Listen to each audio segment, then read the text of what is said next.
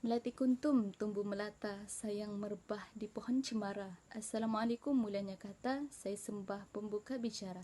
Assalamualaikum warahmatullahi wabarakatuh. Saya Nur Hafizah binti Julaimi dan rakan-rakan saya Suziana binti Soekardi dan juga Ebera Albert akan membentangkan kerja kursus GBM 1103 Bahasa Melayu Konseptual, iaitu mengenai laporan kajian BMI, iaitu Indeks Gizi Badan. Sebelum itu kita akan masuk ke dalam pengenalan BMI. BMI ataupun Body Mass Index atau dalam bahasa Melayu, Indeks Gizi Badan merupakan ukuran untuk menilai berat berbanding ketinggian. Pengiran BMI juga amat penting untuk memastikan seseorang individu itu sehat dan juga normal. Dengan adanya pengiran BMI, kita akan mengetahui seseorang individu itu sama ada kurang berat badan ideal yaitu normal, dan juga berat badan berlebihan yaitu obes. Nilai BMI yang menunjukkan nilai yang tertinggi merupakan seseorang yang mempunyai berat badan yang berlebihan yaitu obes. Dan berikut merupakan formula untuk mengira BMI, yaitu berat bahagi tinggi kuasa 2. Seterusnya kita akan masuk ke dalam pernyataan masalah. Setiap perkara sudah tentu ada masalah, dan masalah itu perlu diatasi dengan segera. Sekiranya masalah obesiti ini tidak diatasi dengan segera, ia akan menjadi lebih serius. Bagi mengawal masalah ini, kami telah menjalankan satu kajian terhadap pelajar PPSMP Kampus Gaya untuk mengetahui tahap obesiti dan kalangan pelajar ini serius ataupun tidak. Dalam melaksanakan kajian ini, kami telah mengklasifikasikan pelajar yang mengalami obesiti dengan menggunakan pengiraan indeks gizi badan. Setelah mengetahui pernyataan masalah bagi satu perkara itu, kita juga perlu mengetahui tujuan utama perkara itu dilaksanakan.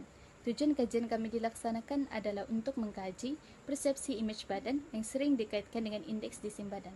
Manakala tujuan utama kajian kami dilaksanakan adalah untuk mengetahui serta membuat perbandingan bagi nilai BMI setiap pelajar sama ada kurang berat badan normal, dan juga berat badan berlebihan yaitu obes.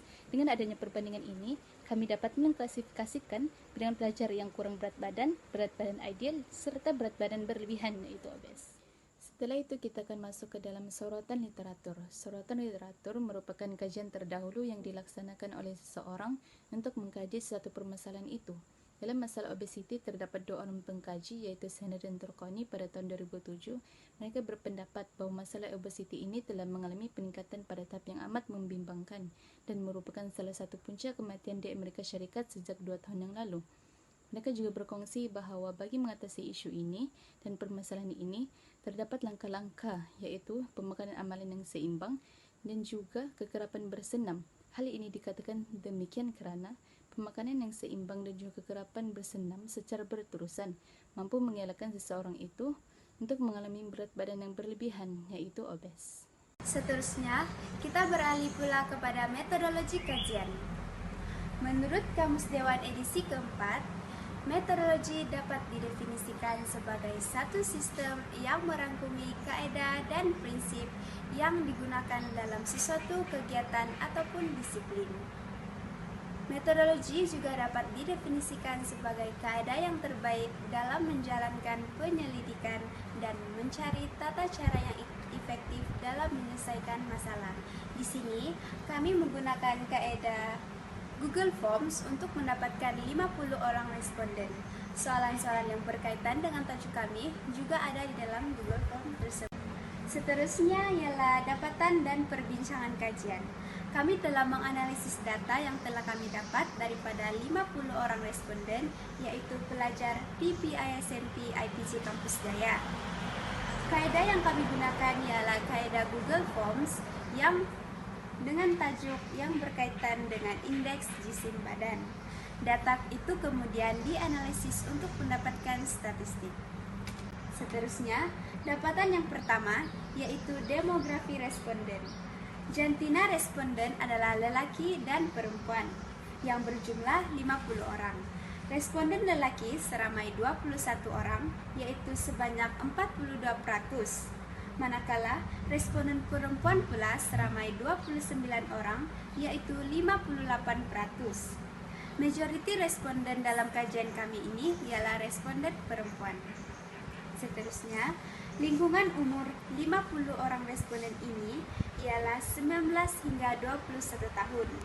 Terdapat seramai 38 orang yang berumur 19 tahun, yaitu 76%, 10 orang berumur 20 tahun, yaitu sebanyak 20%, dan 2 orang berumur 21 tahun, yaitu sebanyak 4%. Seterusnya, bagi dapatan yang kedua ini kami telah memperoleh indeks Isimban Danla bagi pelajar IPG Kampus Gaya.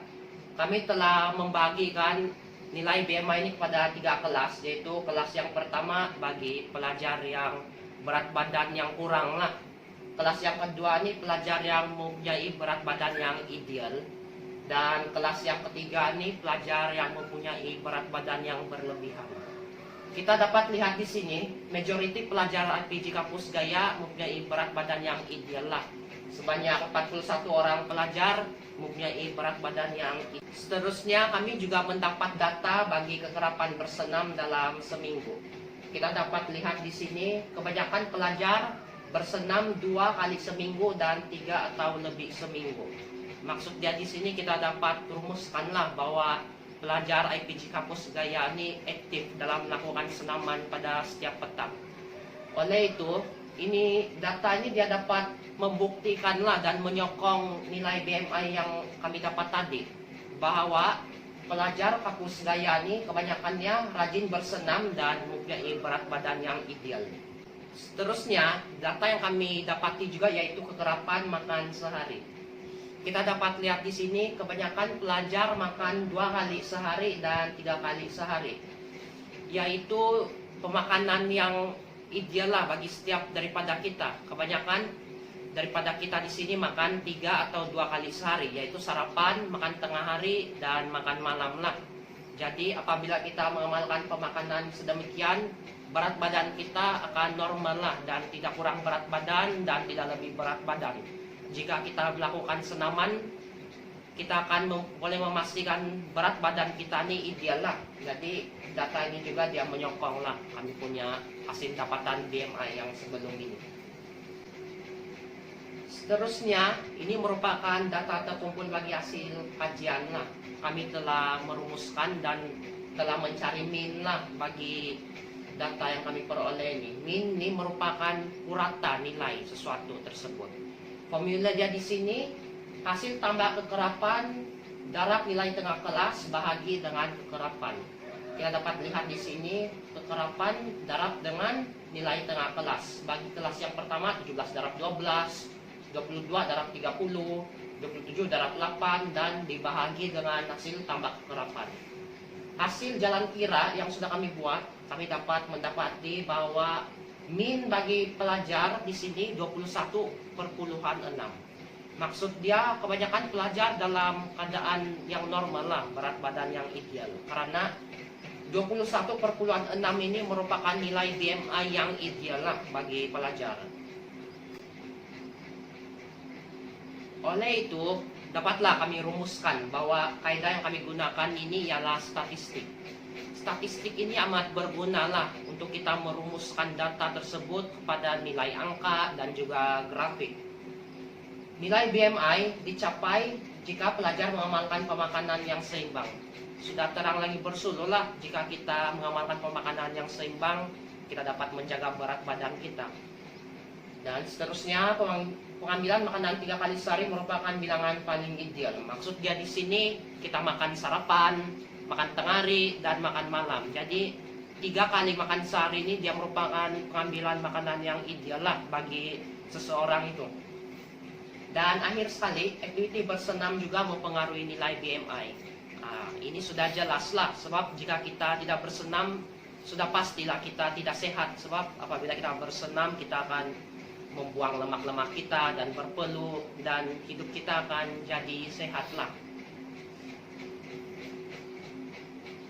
Itu saja daripada kumpulan kami. Sekian, terima kasih.